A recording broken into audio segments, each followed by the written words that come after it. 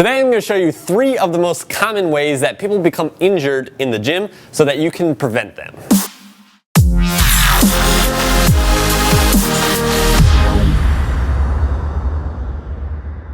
What's up everybody, how you doing? It's Blake Bowman here with GuerrillaZen Fitness. Today I'm back at my studio here, and what I wanted to talk about today are the 3 biggest mistakes that oftentimes lead to orthopedic injury in the gym. So joint injuries, shoulder injuries, back injuries, so on and so forth. It's important to have awareness of these things in order for you to prevent them in the first place, right? If you're not aware of what these mistakes are, then you might be making them yourselves and you wouldn't even know it. And it's for that reason today that I wanted to make this video. I've spent a lot of time in the injury prevention space, and these are the 3 biggest mistakes that I see being made in the gym. Okay, so the biggest mistake number 1, is not having a braced body, okay?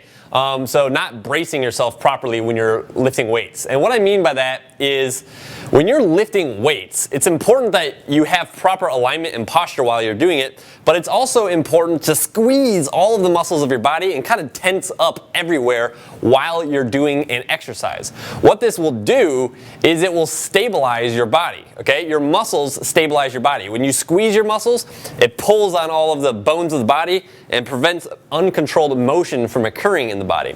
And that's typically how, that's one of the biggest reasons why injuries happen. People are lazy. It takes a lot of energy to do this. It takes more energy than it would just to complete the exercise that you're doing. So in a second here, I'm going to show you a dumbbell row.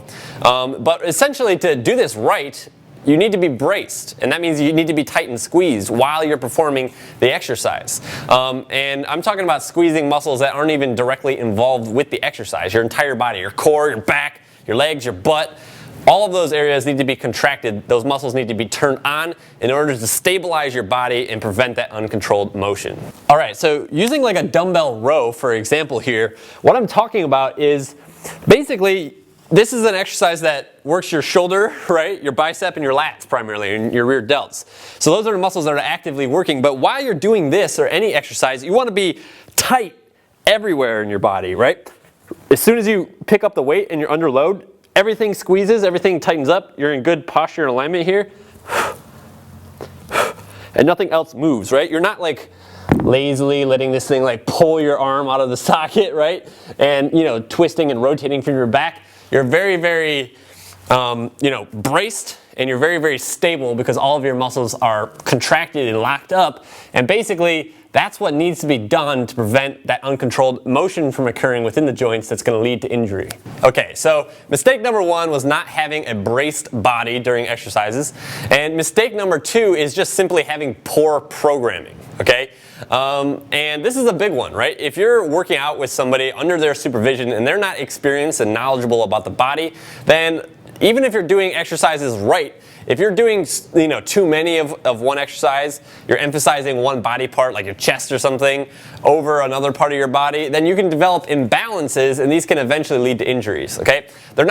These injuries are not going to happen as fast as the injuries associated with mistake number 1, not having a braced core, but these are the kind of injuries that create muscular imbalances and distort posture, and over time eventually lead to injury, right? So like one classic area that is commonly overdeveloped, especially in young males, meathead teenager kids, is they'll overdevelop their chest, right? And their programming, whatever program they're calling for, just calls for way too much volume in their chest, right? They're doing a bunch of different types of pressing, decline press, flat press, incline press, and then they're like doing flies and push-ups with that. They majorly overtrain their chest muscles, and then they get pulled into this kyphotic, internally rotated, anteriorly, which means frontal, posture. They get into this position, and eventually being in that kind of position, having that kind of alignment long term leads to shoulder injuries, okay? So that's the next mistake, Mistake number 2, poor programming. You can be following the program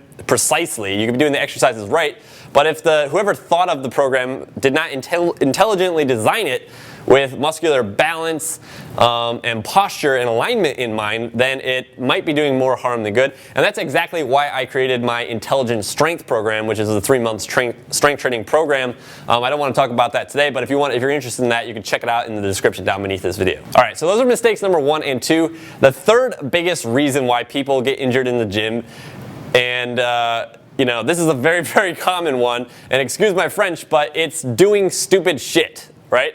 And what I mean by that is really just being void of common sense in the gym, okay? And to drive this home, I'll give you an example of something that I did when I was younger that, really hurt me. I ended up, tearing my labrum, or at least making the injury that I had, the labral tear that I had maybe in there prior, a lot worse. When I was like 19, I was very strong. I was deadlifting over 500 pounds raw, and at a body weight of 180 pounds, I thought that was pretty good. And basically, one day I decided I was going to do rear delt flies with 80-pound dumbbells, right? And I was doing standing rear delt flies like this with 80-pound dumbbells, way too much for this tiny little muscle that I was trying to isolate in the back of my shoulder. Way too much weight, way too much weight. And basically I ended up hurting myself from doing that. And that kind of thing is just so stupid. I should never even attempted that in the first place, but I was kind of poisoned by testosterone.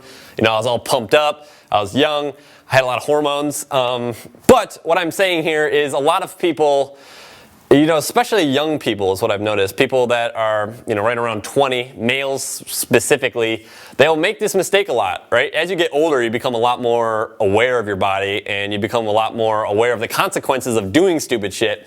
But oftentimes, people have to learn through experience, right? They have to get injured through doing something stupid in order to realize, hey, I probably shouldn't do that, right? So it's always best to learn from other people's experience rather than your own. So if you can avoid having that stupid, injury by doing stupid things in the gym, then do it, right? So always, it's better to create a sustainable plan than it is to have, short-term gains that, you can't sustain, right? So, this is kind of a broad sweeping mistake, but really just consider what you're doing in the gym, right? Consider your weight load. Consider how fatigued you are, right? Are you fasted? Did you eat that day? Are you working out on a caloric deficit? If so, then you might want to lift a little bit lighter than you otherwise would, right? Listen to your body.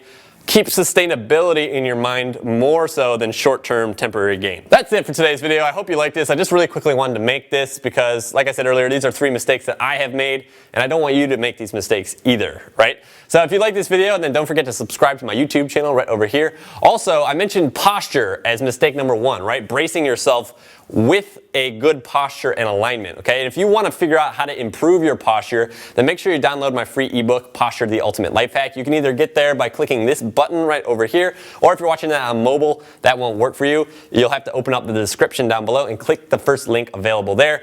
What both of those will do, that or the link down below, they're both the same link. What they will do once you click them is they'll take you to my website, where I'll ask you for an email. As soon as you enter that in, I will send you a copy of my ebook, Posture, the Ultimate Life Hack. That's it for today. I really hope you enjoyed this video. I appreciate you for watching, and I'll see you next time.